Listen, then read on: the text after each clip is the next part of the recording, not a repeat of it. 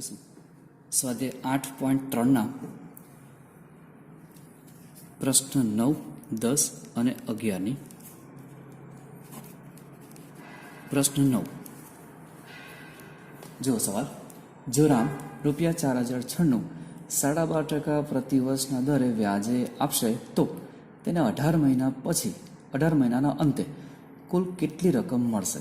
મિત્રો, થોડી રકમમાં સુધારો છે, ધ્યાન રાખજો. ચોપડીમાં 12% આપેલું છે, પણ થોડી ભૂલ છે. ત્યાં તમારે પર્સન્ટેજ લેવાના છે 12.1/2, 12.5% લેવાના છે. સૌથી પહેલું કામ, પી આપણને આપેલા છે ₹4096. આર ફરીથી કહું છું, અહીંયા સુધારો છે 12.1/2% આપણે લેવાના છે. એટલે સાદુરૂપ આપશો તો 12 × 24 ને 1, 25/2% થશે. n = આપણને આપેલા છે 18 મહિના. એને જો આપણે છૂટા કરીએ તો 12 મહિના વત્તા 6 મહિના કહેવાય, અને એનું સાદુરૂપ આપીએ તો 1 વર્ષ કહેવાય. 12 મહિના એટલે 1 વર્ષ, અને આ અડધું વર્ષ કહેવાય. તો વર્ષમાં રૂપાંતર કરીએ, 2 × 2 ને 1, 3/2 વર્ષ કહેવું પડે આપણે. અને છેલ્લે કૌંસમાં સૂચના છે અર્ધવાર્ષિક વ્યાજ ગણવાનું છે. આ સૌથી મહત્વની વસ્તુ. આના પરથી આપણું સૂત્ર નક્કી થાય કયું વાપરવાનું છે તે. તો આપણે સૂત્ર મૂકવું પડશે. A = P 1 + R/100 × 2n. અર્ધવાર્ષિકનું સૂત્ર. P આપણને આપેલો છે 4096, 1 + R, ફરી ધ્યાન રાખજો, 25/2 ગુણ્યા 100/2 તો સૂત્રના છે જ, 2 × 3/2. ધ્યાન રાખજો, આ બે 25/2 છે અને આ બે 100 × 2 સૂત્રના છે. થોડોક છેદ ઉડશે, 25 ચોક 100. 4096, 1 + અહીંયા કંઈ ના હોય તો 1 મૂકી દઈએ, છેદમાં 4 × 2 = 8 × 2 = 16 ની ઘાત થશે, 2 ઉડી જશે એટલે 3. 4096, 16 × 16 ને 1/17/16 થશે, 3 ઘાત, એટલે 3 વખત લખવા પડશે. 4096 ગુણ્યા 17/16, 17/16, 17/16. છેદ ઉડાવીએ. જો તમને ઘન અને ઘનમૂળ યાદ હોય તો આ 16નું ઘન છે, એક્ઝેક્ટલી તમને યાદ હોય તો. ન યાદ હોય તો શાંતિથી 16 વડે ભાગ ઉડાયા કરવાના. અહીંયા થશે 256. ફરીથી આ 16નો વર્ગ છે અને હવે 16 પણ ઉડી જવાના. તો બાકી રહેશે ફક્ત 17 × 17 × 17. તો અહીંયા પણ તમને 17નો ઘન જો યાદ હોય તો તમે ડાયરેક્ટ લખી શકો ₹4913. તો ફાઇનલ જવાબ રામને ₹4913 મળશે. મિત્રો, ફરી એક વખત રિમાઇન્ડ કરાવી દઉં, ભૂલી ના જતા.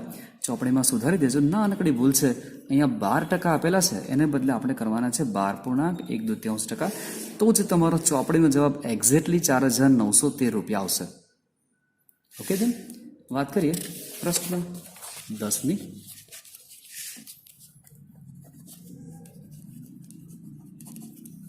સવાલ જુઓ. પ્રશ્ન છે: એક સ્થળની જનસંખ્યા વર્ષ 2003માં 5% પ્રતિવર્ષના દરે વધીને 54,000 થાય છે.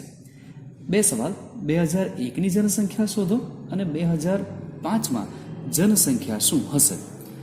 તો પી, આર 2 લખી દઈએ, એન ચાલો એ પણ બતાવી દઈશું. પી આપણને આપેલા છે 54,000. મિત્રો, ઉતાવળમાં રૂપિયા લખી ના દેવાય, સાચવજો. આ જનસંખ્યા છે, રૂપિયા નથી.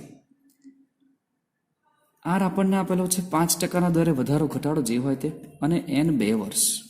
2 વર્ષ એટલા માટે લીધા કારણ કે આપણને 2003ની જનસંખ્યા આપી છે. પ્રશ્ન છે 2001નો અને પ્રશ્ન છે 2005નો. તો 2 વર્ષ આગળ જવાનું, 2 વર્ષ પાછળ જવાનું. બંને વખતે 2 વર્ષનો હિસાબ આપણે શોધવાનો છે. આ આપણને આપેલું છે. ધ્યાન રાખજો, 2001માં જનસંખ્યા ઓછી હશે અને 2005માં જનસંખ્યા વધશે. સૌથી ઓછી જનસંખ્યા અહીંયા આ અત્યારે છે તે હાલમાં, અને આ વધીને થશે તે. તો જ્યારે ઓછી જનસંખ્યા છે, માઇનસમાં જવું હોય તો આપણે સૂત્ર ચેન્જ કરવું પડે. આપણા માટે આ નવું સૂત્ર કહી શકાય, P1 માઇનસ, અહીંયા લખી રાખીએ, ટાઇટલ મારી દઈએ 2001ની જનસંખ્યા, 1 માઇનસ R બાય 100 n ઘાત. મિત્રો જોયું સૂત્રમાં શું પરિવર્તન આવ્યું? A is equal to P1 minus R by 100 n ઘાત, માઇનસ આવ્યું. હો 54,000 1 માઇનસ 5/100 2 ઘાત. થોડોક છેદ ઉડાવી દઈએ, 20 × 100 54,000 1 માઇનસ 1/20, અહીંયા 5 × 5 એટલે 1 કહી શકાય. 54,000 20 × 20માંથી 1 જાય તો 19/20 2 ઘાત, એટલે 2 વખત મૂકી દઈએ. 54,000 ગુણ્યા 19/20 19/20, છેદ ઉડાવી દઈએ. સૌથી પહેલાં તો 0 ઉડાવી દેવાના 2 વડે. જો છેદ ઉડાવીએ તો 27 દુ 54, 0 રહેવા દેવાનું. ફરી છેદ ઉડાવીએ તો 135 દુ 270, 135 ગુણ્યા 19નો વર્ગ તમને આવડતો હતો 361 ગુણ્યા 135, અને બધાનો ગુણાકાર કરો તો તમને મળશે 48,735. ફરી કહું છું મિત્રો, ધ્યાન રાખજો, ઉતાવળમાં રૂપિયા લખી ન દેતા. આ રૂપિયા નથી, આ 2001ની જનસંખ્યા છે. 2001માં આટલા, 2003માં વધીને થઈ ગયા 54,000. હવે 2005માં કેટલા થશે તે ગણીએ. તો લખવાનું અહીંયા 2005ની જનસંખ્યા. ફરીથી સૂત્ર A બરાબર P1 પ્લસ R બાય 100. સૂત્ર બદલાયું જોયું મિત્રો, ધ્યાન રાખજો. માઇનસમાં ગયા, હવે જનસંખ્યા વધવાની છે, 2003 કરતાં 5માં વધશે, એટલે આપણે મૂકવું પડ્યું પ્લસ. 54,000 1 પ્લસ 5/100 2 ઘાત. ફરીથી છેદ ઉડાવીએ તો 20 × 50 100, અહીંયા 5 × 5 54,000 1 પ્લસ 1/20 રેઝ ટુ 2 54,000 20 × 20 વત્તા 1 21/20 2 ઘાત. 21/20 તમારે લખવા પડશે 2 વખત.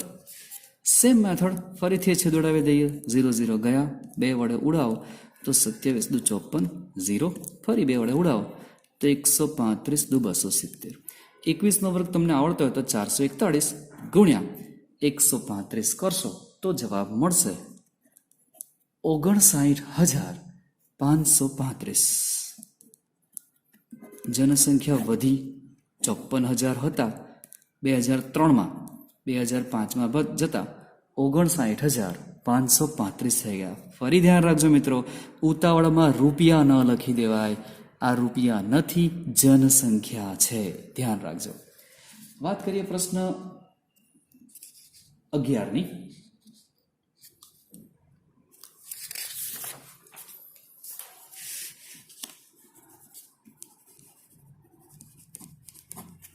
સાંભળજો સવાલ. એક પ્રયોગશાળામાં એક પ્રયોગમાં બેક્ટેરિયાની સંખ્યા પ્રતિ કલાકે 2.5ના દરે વધતી હતી. જો પહેલાં બેક્ટેરિયાની સંખ્યા 5,06,000 હોય તો 2 કલાક પછી બેક્ટેરિયાની સંખ્યા કેટલી હશે? PRN. આ પણ રૂપિયા નથી, બેક્ટેરિયાની સંખ્યા છે, ધ્યાન રાખજો. 506,000 રૂપિયા ન લખી દેવાય, સાચવજો. 2.5% છે અને એન આપણને 2 કલાક આપ્યો છે મિત્રો, ધ્યાન રાખજો. હવે આને વર્ષમાં ફેરવવા ન જતા, બેક્ટેરિયા તો કલાકોમાં વધે, એટલે આને કલાકમાં જ હિસાબ ગણવાનો છે આપણે. એઝ ઇટ ઇઝ સૂત્ર મૂકીને દાખલો ગણ્યા કરવાનો. A is equal to P1 plus R by 100 n ઘાત. 506,000 1 પ્લસ 100 ગુણ્યા 10 2 ઘાત. આ 10 ક્યાંથી આવ્યા? 2.5 છે, એટલે અહીંયા તમે લખી શકો 25/10. થોડોક છેદ ઉડાવી દઈએ, 25 ચોક 100. 506000 પ્લસ અહીંયા ઉપર વધ્યો છે ખાલી 1 અને નીચે થશે 40 બે ઘાત. આપીએ સાદુરૂપ 506000 40 એકુ 40 ને 41/40 બે ઘાત 2 વખત 41/40 41/40. સૌથી પહેલા તો 0 ઉડાવી દઈએ. હવે શાંતિથી છેદ ઉડાવીએ. 2 દુ 4, અહીંયા 25 દુ 50 અને 30 દુ 60. ફરીથી 2 વડે ઉડાવીએ તો 2 એકુ 2, 2 દુ 4, 1 વધશે 2 6 12, ફરી 1 વધશે 2 50. હવે છેદ ઉડવાનો નથી. 41 ગુણ્યા 41, 41નો વર્ગ આવડતો હોય તો ઠીક છે, નહીં તો ગુણાકાર કરવો પડે. ગુણ્યા 1265 અને ભાગ્યા 4 રહી ના જાય. મિત્રો ધ્યાન રાખજો, આ ગુણાકાર જો તમે કરશો તો તમને મળશે 2126465 અને એનો 4 વડે ભાગાકાર કરશો તો મળશે 531616.25. રૂપિયા નથી, બેક્ટેરિયાની સંખ્યા છે. હવે બેક્ટેરિયા અપૂર્ણાંકમાં તો હોય નહીં, પોઈન્ટમાં બેક્ટેરિયા ના હોય. અડધો બેક્ટેરિયા 0.25 બેક્ટેરિયા, તો એને પૂર્ણાંકમાં ફેરવી દઈએ. A ઇઝ ઇક્વલ ટુ 531616 લખી દેવાનું આશરે. તો આટલા બેક્ટેરિયા 2 કલાક પછી થઈ ગયા હશે. 5,06,000માંથી વધીને 5,31,600. આ બેક્ટેરિયાની સંખ્યા આપણને આ રીતે મળે. પ્રશ્ન 12ની વાત કરીએ. એક સ્કૂટર રૂપિયા 42,000માં ખરીદવામાં આવ્યું. તેની કિંમત 8%ના દરે પ્રતિ વર્ષનો ઘટાડો થાય છે. મિત્રો ધ્યાન રાખજો, ઘટાડો આવ્યો તો તેની 1 વર્ષના અંતે કિંમત શોધો. ઓકે, પી બરાબર આપણને આપેલા છે 42,000 રૂપિયા. આર આપણને કીધું છે 8% અને એન ફક્ત 1 વર્ષ. પણ તમે શબ્દ સાંભળ્યો હોય ધ્યાનથી તો ઘટાડો થાય છે એટલે સૂત્ર ઘટાડાવાળું. A is equal to P 1 - r/100 n ઘાત. ઘટાડો છે એટલે આ માઇનસ 42,000 1 - 8/100 ઘાત ફક્ત 1 જ છે, 1 જ વર્ષના અંતે શોધવાનું છે. 42,000 100 એકુ 100 માંથી 8 જાય તો 92/100. મિત્રો 1 ઘાત ન લખો તો ચાલે, એટલે 42,000 ગુણ્યા 92/100. 0 જશે. 92 ગુણ્યા 42 કરીશું તો ગુણાકાર આપણને મળશે 3864 અને આ 0. તો 42,000નું સ્કૂટર 1 જ વર્ષમાં કિંમત ઘટીને થઈ જાય છે 38,000 રૂપિયા, 38,640 રૂપિયા. તો નીચે લખી દેવાનું સ્કૂટરની કિંમત